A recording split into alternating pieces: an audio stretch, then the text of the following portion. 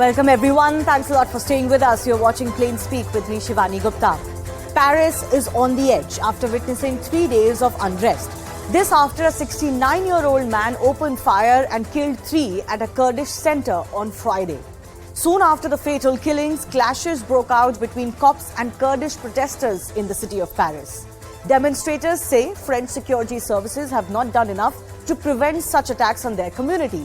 But can vandalism and violence be an answer to any crime or attack? Kurdish protesters went berserk. Cars were overturned, vehicles were set ablaze, shops, bus stops were damaged. Whatever came in the way of the protesters was damaged and destroyed. Even roads and pavements were broken and dug up. This is the third instance of rioting that has come to light from France alone in the last 1 month. Several other European cities are also witnessing frequent clashes or rioting with the police, especially by migrant or foreign descent communities. Europe, known for its multiculturalism, often sees many movements against migrants and the associated rise in crime since then. But it is an issue that is taboo and immediately invites labels and bans. No one really wants to talk about it and accept the concerns that locals have. But we cannot escape the realities, however troubling they may be. Back-to-back riots in European cities. Is this not a blow to the entire philosophy of multiculturalism? Haven't the rioters done more damage to migrant communities and their cause than help with such acts of violence and vandalism? We'll take those questions to our guests in just a bit. First, let's break down in pictures. First, before pictures, what exactly happened in Paris. On Friday, the week gone by, a gunman opened fire at the Kurdish Cultural Center. 3 were killed in this maniac attack.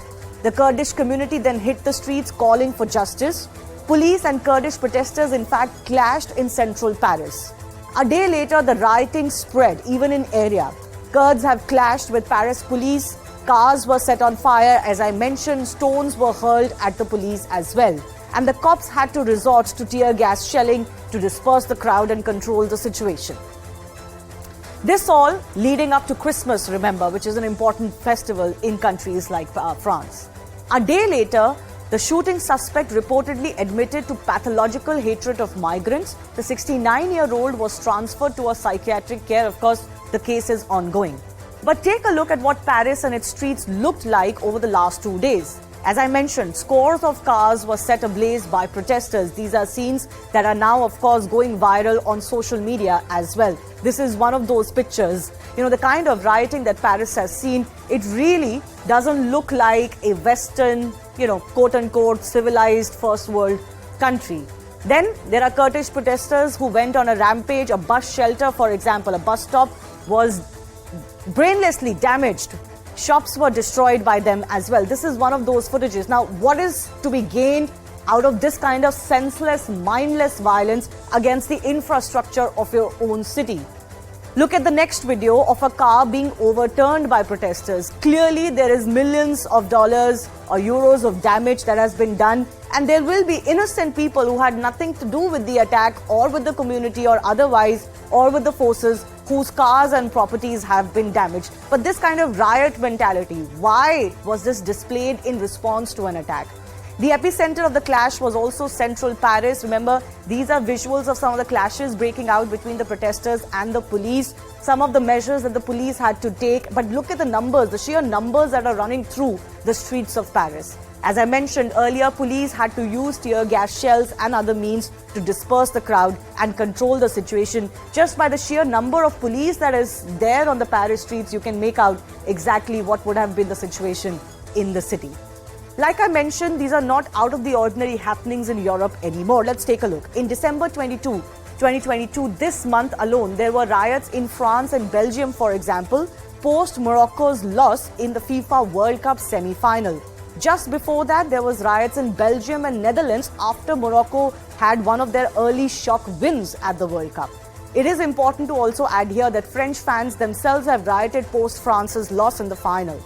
Now, in April 2022, violence broke out in Sweden over Quran burning protest plans. This has been a simmering issue in Sweden over the many years, with groups opposing Muslim ghettoism and fundamentalism. June 2020, France's Dijon again rocked by unrest by Chechens who were allegedly seeking revenge for killings from their community. But this also goes back many, many years. February 2017, riots in Stockholm, a suburb, were reported after police tried to arrest a drug suspect. Now, these are the kind of crimes that are often reported from many European cities, where it is now said by locals that police can't even enter certain no-go areas, even on criminal complaints. This will sound familiar to many in India. In France, it hasn't been just the issue of insult to the Prophet, for example, that has seen beheadings, but also for many years rioting on other issues. This is an example from 2014, where a rally against Israel descended into chaos and looting in Paris. As far back as October 2005, there was a 3-week rioting in Paris that was reported post the deaths of 2 foreign descent youths under police action. So the big debate that's coming up today, is this not a blow to multiculturalism that Europe has fought for and has stood for? And are there any lessons to be learned here for the rest of the world?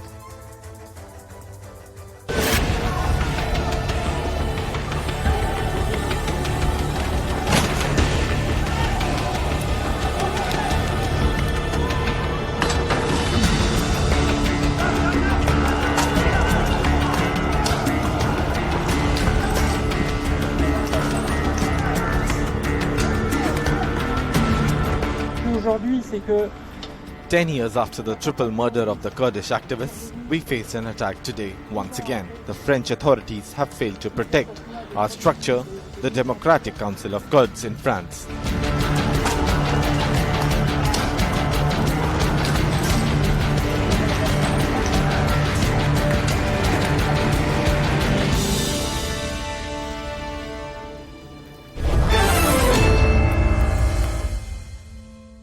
Let's go across to the guests who are joining us. Ratan Sharda, RSS researcher and author. Atikur Rahman is an Islamic scholar. Sushant Sareen is senior fellow, ORF. Rajiv Dogra is former diplomat. And Tariq Fateh is author, columnist, who's actually joining us from Toronto. Tariq Fateh, why don't I ask you first up? I mean, you are joining us from Toronto. You lived in Canada. I'm sure you're very sympathetic to the cause of migrants or immigrants.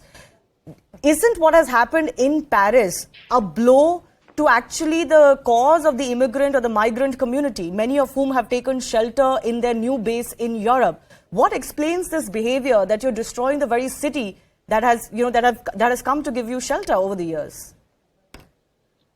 Well, you have to take the facts as they speak. The man involved in the shooting is an outright self-admitted racist who doesn't consider anyone who's not white to be worthy of living in France. And that contradicts the whole essence of the French Revolution, without going into further details. You have to understand Europe has a declining population, and it is not out of nowhere that Moroccans or North Africans have settled over there. Indians have settled in Trinidad and Tobago and Fiji and Guyana. It's no wonder there is a prime minister in Great Britain who is of Indian ancestry. So the world's population has been shifting as a result also of a lack of natural childbirth. The birth rate is negative, and the birth rate of people in the developing countries is higher. There's a natural flow of people settling elsewhere, and it's a direct result of colonialism. But is this because there is a population shift happening, or is there a mindset issue problem as well? Like, why would you riot in response to a crime or an attack? Because if that was acceptable as a response, then, we'd all be killing each other. No, but if a Kurdish community, which is without a state, primarily because of the European slicing up the Middle East with a geometry box after the First World War, and Kurdistan disappeared. So a country just disappears, you're going to have some after effect. It's like at some stage Balochistan or the overseas Baloch will rebel and ask for their rights. The Rohingya today are on the seas. We just heard reports of 2 shiploads of nearly dead Rohingyas escaping and landing in Indonesia. The world population is shifting, and people will go where they can exist. If you are But why destroy? That's precisely the question I'm asking, Tariq Fateh. Why destroy exactly the city? Destroy exactly the city where you're seeking shelter. Like global politics aside, but how does this help anybody? Oh, this helps. It's not a question. A Kurdish center is attacked by a man who says that I don't like non-white people. It's so simple. How else would you explain the very racist nature of the criminal? No, Tariq Fateh, my point is that this is not a response to a racist attack. If this was a response to, for example, Islamic terror, bombings and shootings, imagine what will happen. No, this is not a response to anything. The Kurds are hardly people who are fighting for a religion. It's probably the most secular and irreligious No, I'm not saying this is religious, but I'm saying that even if there is a racist attack, violence and vandalism in response to that doesn't help your cause. Of course it doesn't, but from the subcontinent we know that always there is a response. There are multiple ways of responding, and this is part of it. There are Bhagat Singhs that are born, and there are people who are using the same cause and don't sacrifice themselves but kill others. These are natural outgrowths of colonialism that will follow Europe throughout because they have a negative population growth. They need people, they can't get people. The United States had a negative population growth just in the last year. Where are you going to get people? The women saying we don't want children. How are you going to feed the industrial base of it? So when people come in and you have a community as peaceful as the Kurds, living in France, having no connection whatsoever with any terrorist organization, and somebody comes in, he didn't kill because they were Kurds. He said, I don't want to see any non-French. Migrants, yeah. So my grandmother is French. I mean, what would happen to me if... no, absolutely. There is absolutely no justification for the kind of violent racist attack that has come to light. Let me take this to our other guests as well. So, Shan Sareen, what do you think is really happening? Because, we're discussing this on the back of this latest writing, but as I mentioned, there are several instances of writing that are coming to light from quote-unquote first world developed countries, which wouldn't see such scenes at least in the last 200 years. These are more closer to home. But now this is something that entire Europe is discussing. Is this something deeper that is taking place? Yeah, I think there is something deeper. Part of it is, of course, as Mr. Fateh describes, that there is a population change taking place. Even in France, for example, I think you have almost about 15% of the people who are of the immigrant community. It is reflective of the kind of tensions which are building up in that society. And part of the reason for the tensions building up are multiple, actually. But one reason for the tensions building up is many of the immigrants who have gone into those societies. And I'm not talking about this particular case, although I'll come to this in a bit. Part of the reasons for these tensions building up and suddenly this massive revival of, the racist white supremacists in Europe. Not only that, of the right-wing parties in Europe. One of the reasons for that is that many of these immigrant communities have simply refused to assimilate. And the result is, and of course, there is also the other problem of racism or latent racism of glass ceilings and stuff like that. But even when that gets breached, there is a refusal by a lot of people to assimilate in that society. Now, you can keep your own culture, you can keep your own traditions, and yet you can assimilate in the society to which you migrated for a better life. Now, if you want to take all the crap which you left behind into a society which you aspire for and then carry, that crap and want to keep it out there, then obviously there will be a reaction coming forward. And if I was to trace this tit for tat kind of a thing, then I would trace it to, a lot of the kind of radicalism which we have seen in, especially in the Muslim communities in parts of Europe, in other parts of the world. So there is that factor. But in this particular case, you could go into the background of why did this guy become a racist? Was he a racist? Was he there's not a no racist? justification for that. There are some conspiracy theories that, the Turks probably put this guy up to this job because the Turks I have an axe to grind with the Kurds. And as Mr. Fateh very correctly says, the Kurds are a very secular people. They do not do what many of the other immigrant communities do. I would imagine they are far more assimilated than anybody else. But then this becomes a problem. So, for example, in the UK, if you have the Pakistanis spread all kinds of guns in the UK, you think the Indians are going to be left behind? They are not going to be, singled out. Yeah, they'll also, face the big backlash as well. How does somebody make out whether somebody is from India or somebody is from Pakistan? So this becomes then a problem for other immigrant communities as well as the Kurds. It has happened to the Kurds. But then again, the point which you raised that, something really nasty has happened.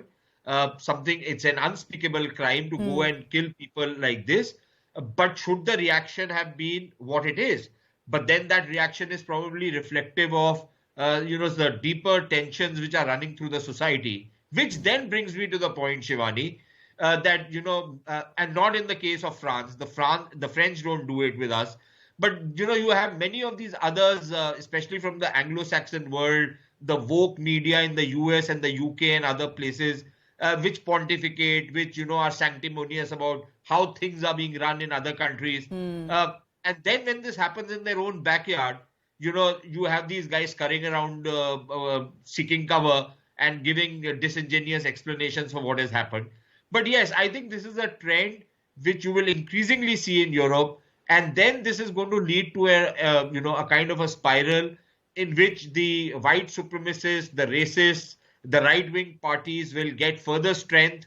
And there will be a reaction among the immigrant communities, sometimes violent, public violence, and sometimes in the form of terrorism. So I think we are looking at nasty times ahead. Yeah. Let me also bring in Rajiv Dogra on this. Sir, because Tariq Fateh mentioned how an Indian, a person of the Indian descent, Rishi Sunak, is today the UK Prime Minister. I thought it would be important for me to mention that, wherever the Indian community is settled in large numbers, for example, in US and UK and in other parts of Europe, they are by and large considered very welcomed and peaceful. They have risen through the ranks. We know what Indian engineers, even writers, artists have managed to do, politicians have managed to do in all of these countries they have adopted. So Indians don't generally face this issue, but there is a larger issue that we are witnessing in Europe. For example, in UK, Pakistani gangs alleged and accused of grooming young girls, leading to rapes and all. There are members of their community that the police and the political community that accepted that we never acted on it because we would be termed Islamophobic.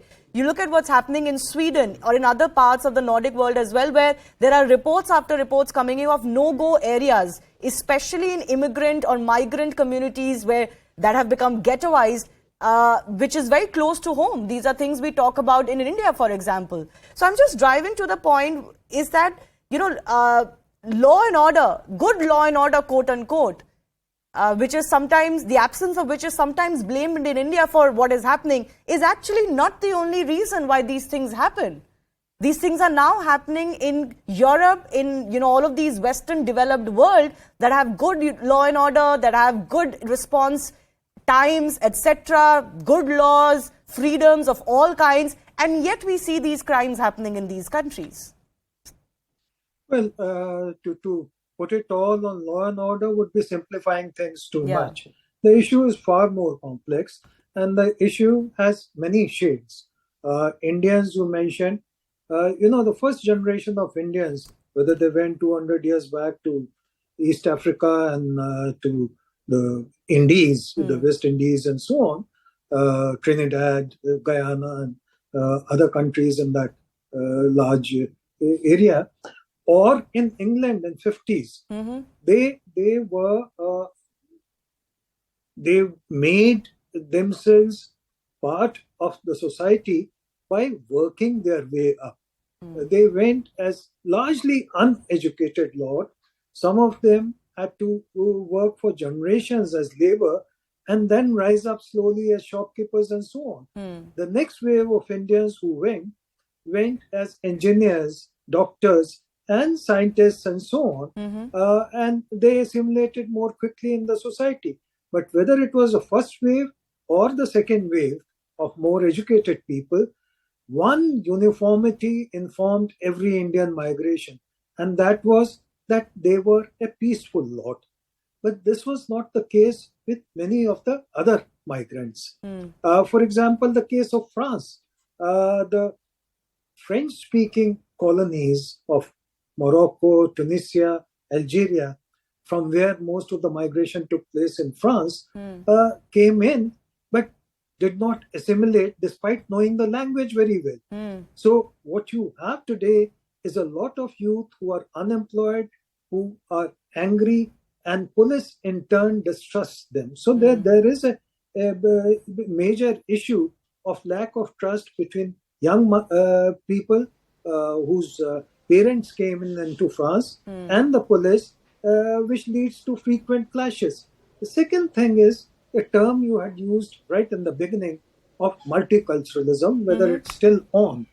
Multiculturalism in Europe started after the Second World War in times of prosperity, when they needed more workers to come in and immigration was relatively free. And at that time, it was the hope in Europe that the new arrivals and the population of their country would assimilate, and that is why the term multiculturalism, that together many flowers will bloom.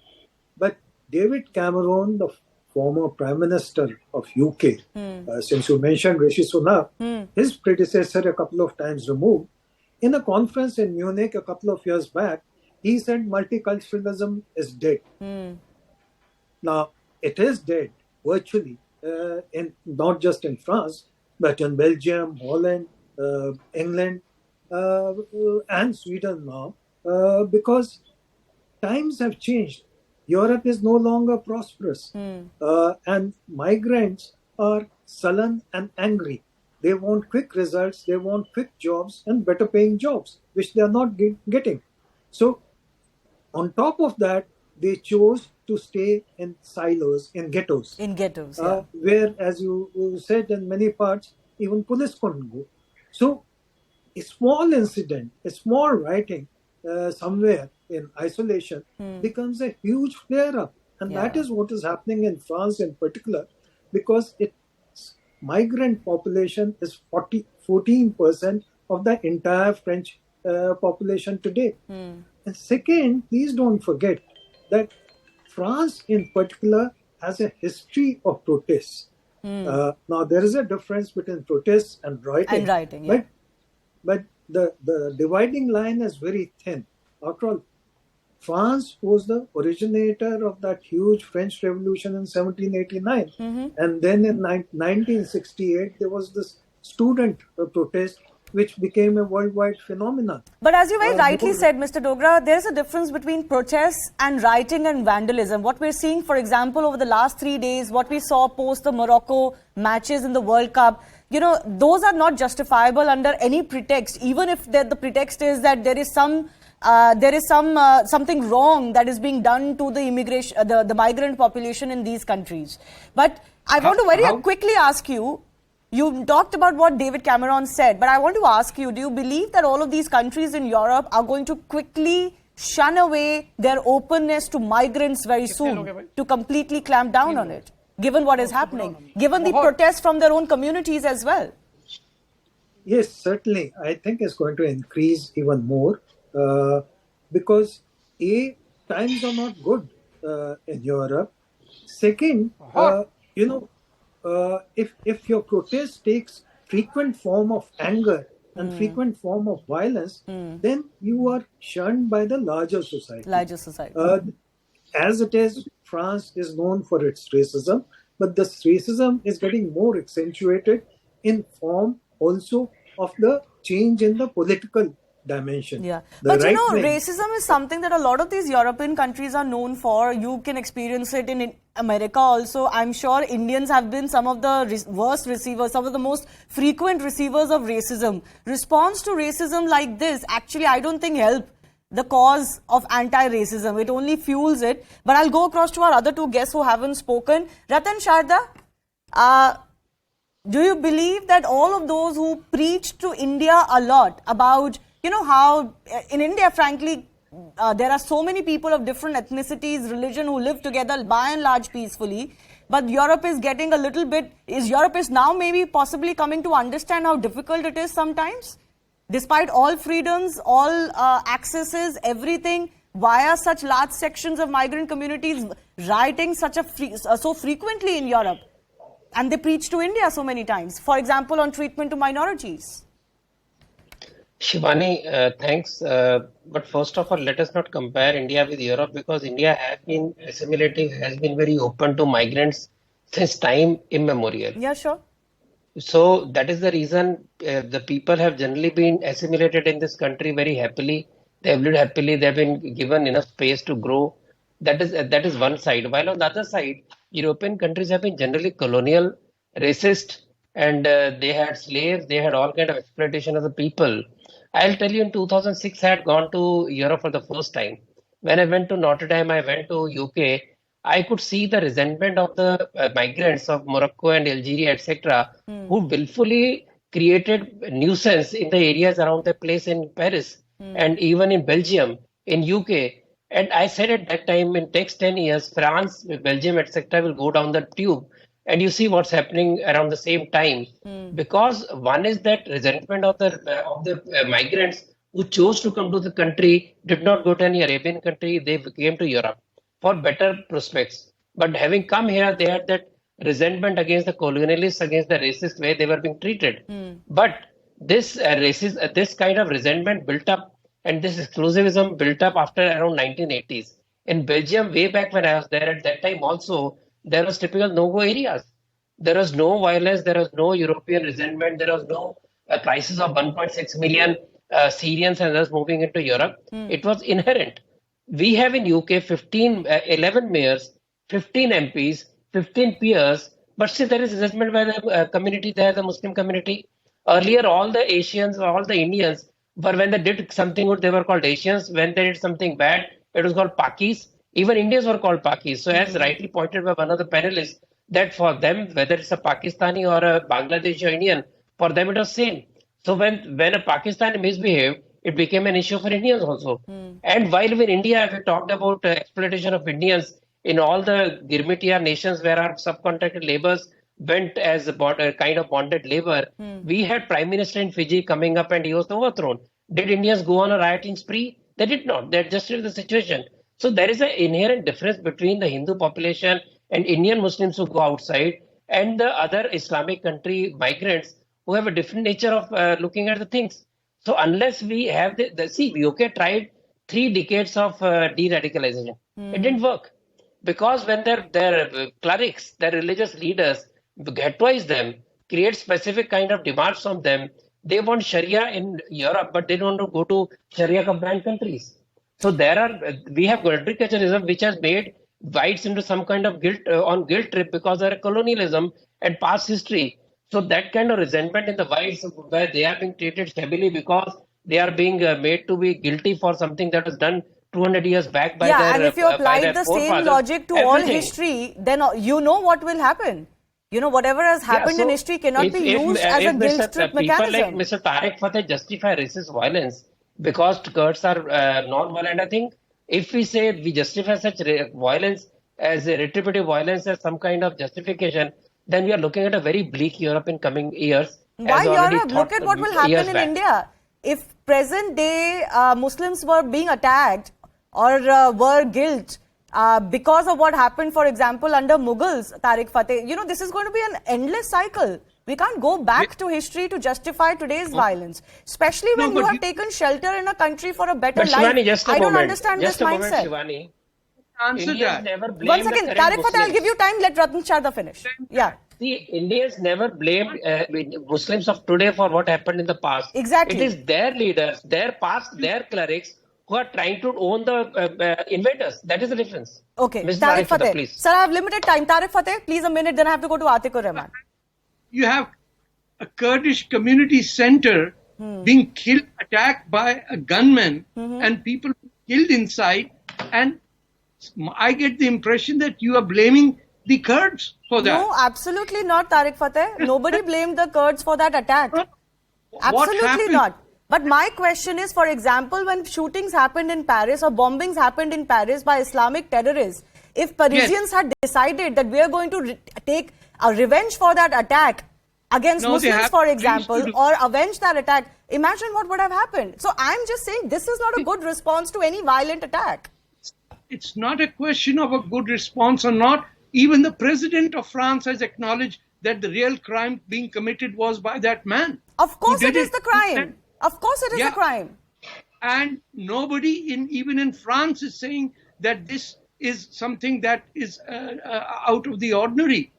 When you conduct an affair, what was once known as the red belt around Paris is today the green belt, because you've taken out politics from the system and you've inculcated multiculturalism over there, where people but sir, that may be, let's say, just a definition of what has happened in this case. I've read out several instances of rioting that have taken place in countries like Sweden, France, Netherlands, Belgium, which has nothing to do with the Kurd community. No, just a second. But in all these countries, there are members of parliament who are from communities, who are ministers sitting in Finland, who are from Somalia and Sudan and other places. The French ban on the burqa came about after 4 Muslim members of the French parliament got together. And point being that there is not this notion that the immigrants have not integrated, and therefore, otherwise the Khalistan movement in Canada and England would have died long time ago. We have a defense minister in Canada who supports Khalistan. We have the leader of the left-wing NDP. So I'm not sure how both of these are similar issues. But anyways, Sushant, did you want to add 30 seconds? I have to go to Atikur Rahman as well. Yeah, 2 very quick points. One, I think Mr. Fateh is not able to understand a very simple point. Nobody is defending the murder of the Kurds or the racist attack on the Kurd center. What we are questioning is the response to that, the rioting on the streets, and even if the French president says that the only crime committed was that murder and the rioting is perfectly kosher, then I think the French president probably has lost his marbles, number one. Number two, I think there is, for every rule, there is an exception. And I think Mr. Fateh has mentioned the exception in the case of the Indians. The kind of dirt which the Khalistanis have spread, for example, in Canada, the kind of crimes they are involved in, the drug running they are involved in, the violence they are involved in, they give the entire Indian community a bad name. And yet, because they have certain numbers, they have certain members of parliament, 2 of them, Mr. Fateh has already recounted to you, they seem to have got a free pass. Right. And I don't see how that justifies the actions of the Khalistanis and the kind of tolerance for them, just as I don't understand how the tolerance for rioting on the streets can be justified. I'm also wondering what would be the response of open-minded people to this kind of frequent rioting that they're witnessing now. Like I mentioned, this is not even what you witness in Indian cities anymore with this regularity. I'm just driving that point. So imagine what would those who have lived in France feel about this culture in their cities. I don't think any right-minded person will welcome this. But I'm running out of time. I have to give Atikur Rahman some time as well. Atikur Rahman, do you believe that there is indeed an emerging problem where migrant communities, especially, let's say, from African or the Middle East or other, distressed Muslim communities are not really settling in well in countries that are opening up their arms to them? And this could have a reverse reaction. No doubt, Shivani, the problem is, what I think is, assimilation takes time. And who migrates, Shivani? The people who are in need, they migrate. They are not affluent people. So as far as assimilation goes, it takes time. Second important aspect is, this particular problem is having many realities also and many things cosmetic also. The reality is the moving populations around the world. And the cosmetic aspect is the ultra-nationalism, Shivani, there the people, the common people are racist. Here the government of India is making a racial law which is known as the CAA. Oh my God. Only What does one race have to particular do people anything with not the to enter CAA? their lands. Look I at could the still difference. understand if you said religious, but what does Ultranationalism race is the have to do core with that? factor, Shivani. Okay, unfortunately, I do not have Ultranationalism, enough Shivani. time to bring in CAA into it. But do you want to add anything else And as you far do. as this issue is concerned? Of course, this issue I told you, moving populations cannot be expected to assimilate over time. And both the governments, the people moving from one to another, have to have a policy. Are they organized labor? They are unorganized industries, Shivani. Give them time, they will assimilate. Okay. The governments will have to take proactive action in this. All right, I have to leave it at that. I do thank all the gentlemen for joining us. Time to slip into a very short break. On the other side, is there a pornographic and soft porn epidemic in India? CIC Uday Mahurkar joins us on his campaign against explicit content, especially online.